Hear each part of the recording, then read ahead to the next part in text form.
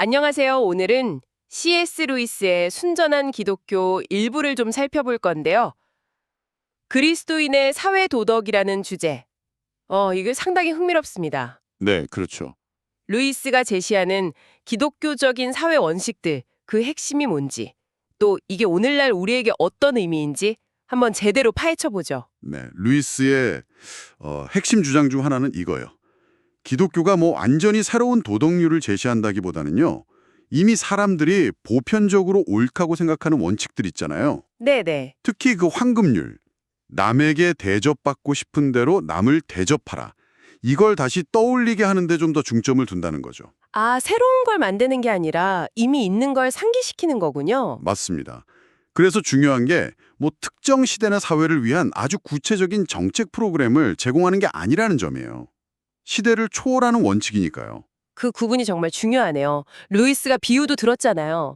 그 배고픈 사람한테 먹을 걸 주라는 원칙은 있는데 어떻게 식량을 배급할지 그 정책까지 알려주진 않는다. 뭐 이런 거요. 네, 성경 읽으라고는 하지만 히브리어 문법 가르쳐주는 건 아닌 것처럼요. 아하, 맞아요. 바로 그 지점입니다. 여기서 조금 더 나아가면요. 기독교는 기존의 어떤 학문이나 예술 이런 걸 대체하는 게 아니라는 거예요. 대체하는 게 아니라면요. 오히려 그것들의 올바른 방향을 좀 제시하고 뭐랄까 새로운 생명력을 불어넣는 그런 에너지원이자 관리자 역할을 한다고 보는 거죠. 관리자 역할이요. 흥미로운데요. 네. 그래서 교회가 세상을 이끌어야 한다는 말의 의미도요. 뭐 성직자가 직접 정책 프로그램을 짜고 그런 게 아니라 기독교인 개개인이잖아요. 네, 평신도들이요. 그렇죠. 각자 자기 전문 분야에서 뭐 경제든 정치든 노동이든 교육이든 거기서 기독교 원칙을 적용해야 한다는 뜻으로 해석하고요. 그러니까 평신도의 역할이 굉장히 강조되는 거죠. 그렇군요.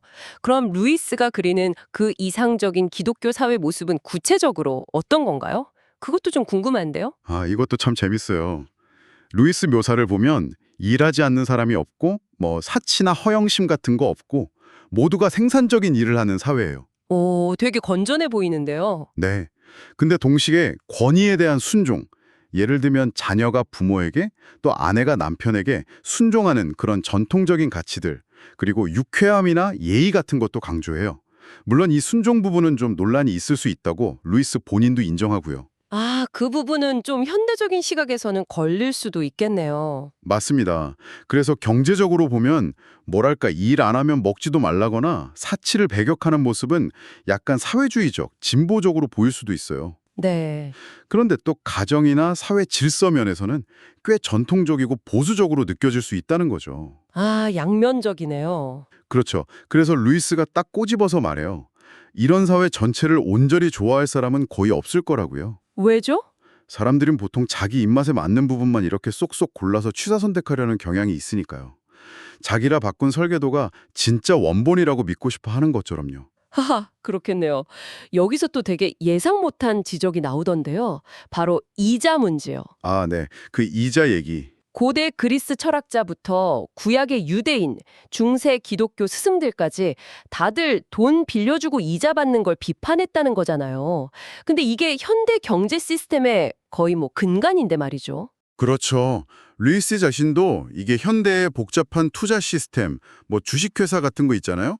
그런데 그대로 적용될지는 좀 확신하기 어렵다고 조심스러워해요. 아무래도 다르긴 하겠죠. 개인 간의 고리대금이랑은. 네, 분명 다르니까요. 하지만 중요한 건 뭐냐면 과거의 그 위대한 지성들이 오늘날 우리 사회 시스템의 어떤 기반이 되는 부분을 비판했다는 그 사실 자체는 좀 주목해야 한다는 거예요. 그렇군요. 단순히 옛날 이야기라고 넘길 게 아니네요. 네. 그리고 또 다른 핵심은 자선인데요. 단순히 뭐 가난 없는 사회를 만들자 이걸 넘어서요. 넘어서서요? 네. 지금 당장 도움이 필요한 이웃에게 베푸는 행위, 심지어 내 생활이 좀 빠듯해질 정도로 나누는 것, 이걸 기독교 도덕의 핵심으로 본다는 겁니다. 와, 그건 정말 쉽지 않은데요? 그렇죠. 그래서 가장 큰 장애물이 뭐냐? 바로 내 생활 안정이 혹시 흔들릴까 하는 그 두려움이라고 지적하고요. 듣고 보니 정말 그러네요. 이런 루이스의 주장들을 딱 접했을 때 사람들이 자기 정치 성향에 따라 비판할 거라는 예상도 재밌었어요. 아, 네. 그것도 재밌죠.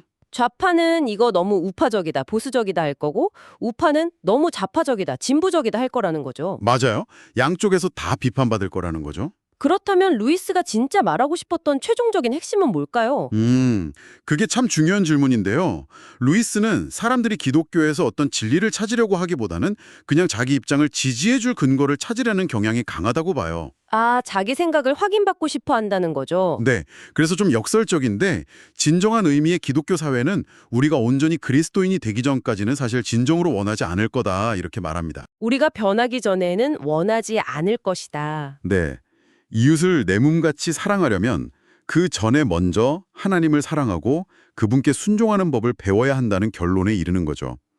결국 사회 문제 해결의 시작점은 개인의 내면, 그리고 신앙적인 변화에 있다는 겁니다. 와, 루이스의 말처럼 어쩌면 가장 멀리 돌아가는 것 같은 그 내면의 길이 실제로는 사회라는 그 집에 가장 빨리 도착하는 길일 수도 있겠네요. 네, 그렇게 볼 수 있겠죠. 사회 문제를 해결하기 위해서 가장 먼저 우리 안의 변화, 또 신앙적인 성찰을 강조하는 루이스의 관점. 여러분은 어떻게 생각하시나요? 오늘날 우리가 마주한 이 복잡한 사회 문제들에 대해서 이런 내면적인 성찰과 변화를 우선시하는 접근법이 과연 어떤 새로운 통찰이나 또 다른 해결의 실마리를 제공할 수 있을지 한번 좀 깊이 고민해 볼 지점인 것 같습니다. 이것이 오늘 여러분께 드리는 저희의 생각할 거리입니다.